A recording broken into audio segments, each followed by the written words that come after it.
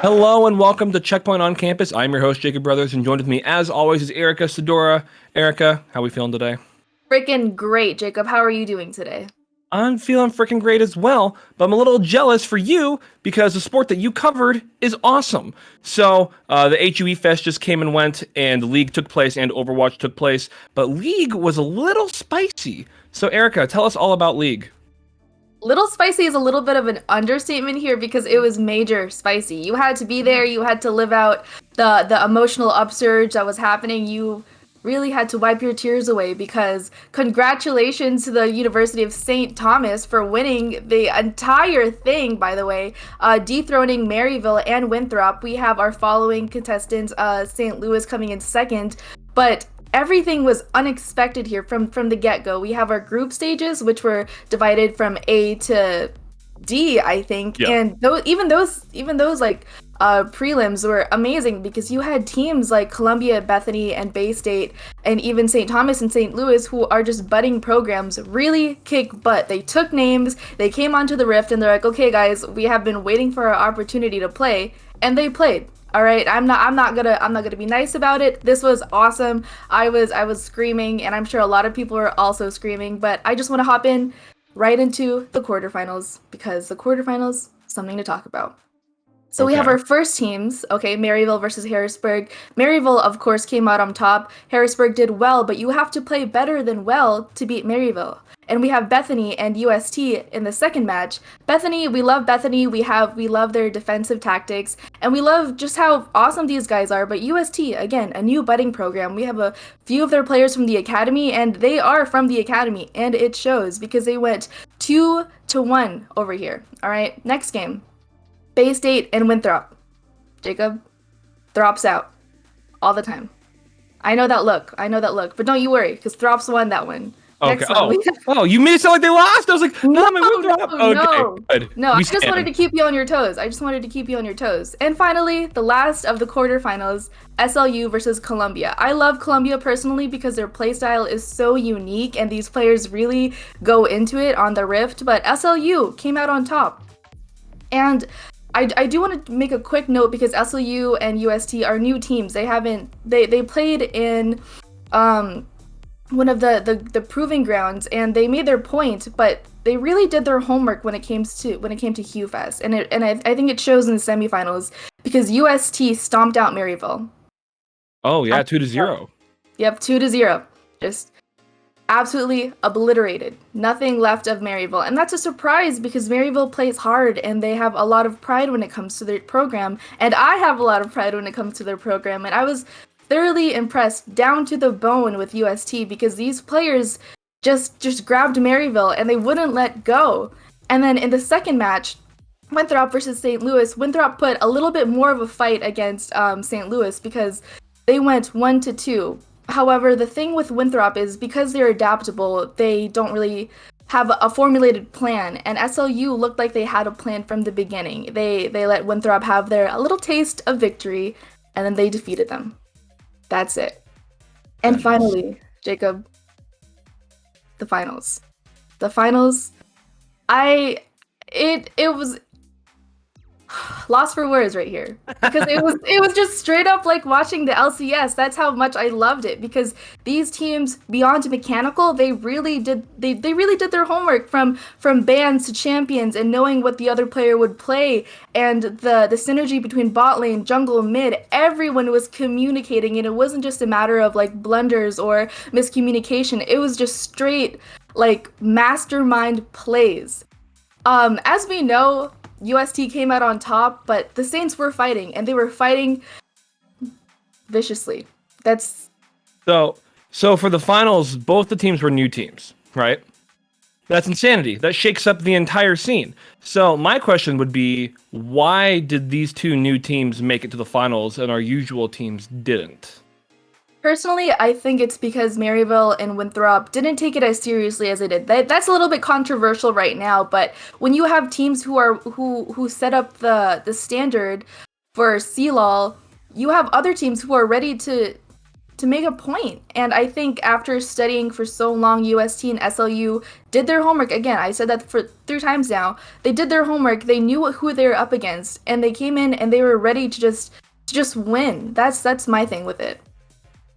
Yeah, and then the last question I have about this, so because I also assume like a lack of film also probably played a part in these matches because Maryville and Harrisburg and Winthrop didn't have film to watch of these schools.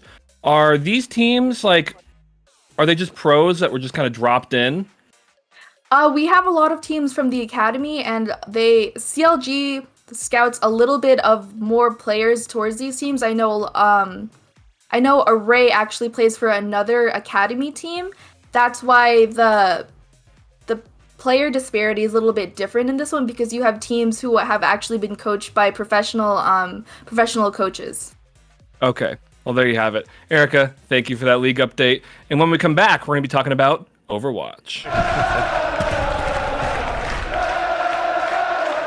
Hello and welcome back to Checkpoint on Campus. Jacob here, Erica there. And we're here to talk about the HUEfest Overwatch. So, the final 8 schools that made it in the playoffs were Illinois State, Bay State, Winthrop, Boise State, Harrisburg, Northwood, and Louds University.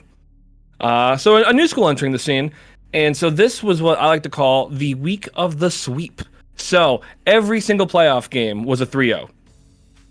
All of them, straight up. No way. So that means when Maryville beat Harrisburg, 3-0. When Northwood beat Maryville, 3-0.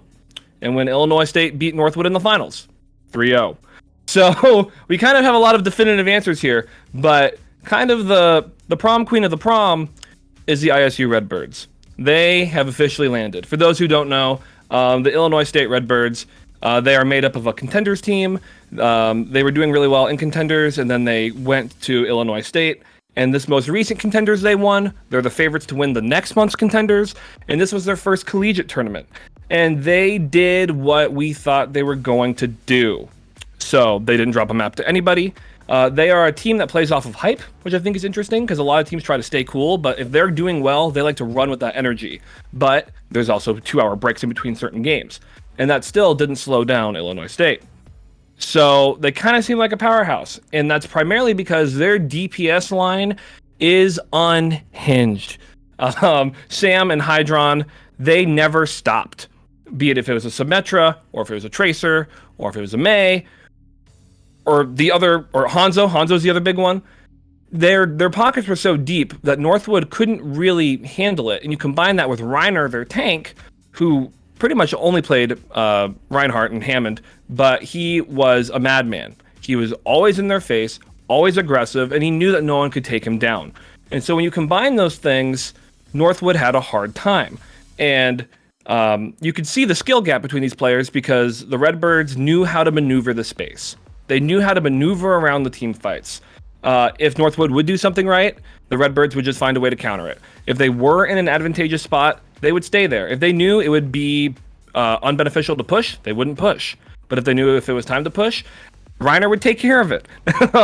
It'd be just a 5-man shatter because he just kind of pulled it out of a hat.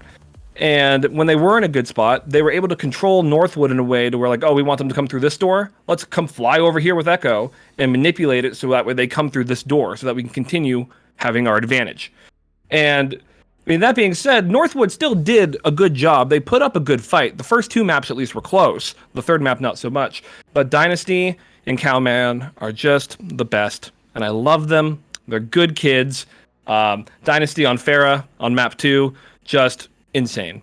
Farah usually doesn't do that well. It's an off-meta pick, and he was just cranking. He was wild. And besides the finals, besides ISU Redbirds landing, which we'll come back to, Bay State is officially for real. They made it to the quarterfinals. They beat Harrisburg, and they're starting to actually be a contender. Yeah, we love seeing new schools. Right. And I think that we're going to actually start seeing more of Bay State. And then Harrisburg, it's starting to not look good, Bob. They're at their own event. In their group stages, they were the only team that had an easy group. Interesting. And they didn't play any real teams. And when they did, they folded to both Bay State and Maryville. And so, as far as their competitive future looks, it's not looking that bright for a team of that pedigree. And then this is now going to be a battle for second place because it's going to be Northwood and Maryville for second place. And right now that battle's looking pretty hot, but also Northwood took it 3-0. So, which I mean, that they always go back and forth. Maybe Northwood just read Maryville better this time. Maybe it was just Dynasty and Cowman just being better. But I think in the upcoming season, it's really just going to be a battle for second, which is what I want to talk about. So, it's the upcoming season for Collegiate Overwatch. And we now have a super team. Erica, what are your thoughts on super teams in esports? A loaded question you got there. My opinion is that Harrisburg used to be a super team, and look what happened to Harrisburg. I think it's only a matter of time before super teams are taken down. We see Redbirds, who weren't necessarily in line with that, take the championship. Okay, they dominated, as you said, and it's little to do with how we treat super teams and how we should look at other teams right now, because we should be keeping an eye out for new colleges and how they're studying these great teams and how they counter it. Yeah. Well, see, for me, the way I feel about it, because I didn't even think Harrisburg was a super team back when they were winning, or even when Maryville was doing so well, or Northwood. They weren't super teams. They were teams that built their roster well, and they built it so much better than the rest that they won and got results.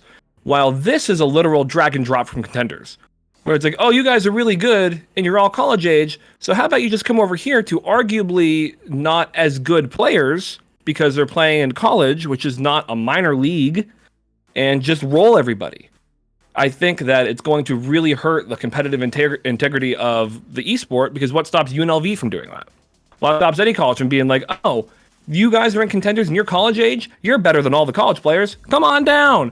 And I think that that's not going to be healthy. I mean, we'll see how it goes. Maybe when we get to the finals, the Redbirds won't win. But as of right now, it's looking like that the Redbirds are going to dominate every game that they're in, including the finals of the Overwatch Varsity Championship. And time will only tell. So I can't wait to see where it goes this upcoming season. And let's hope that we have some freaking great Overwatch.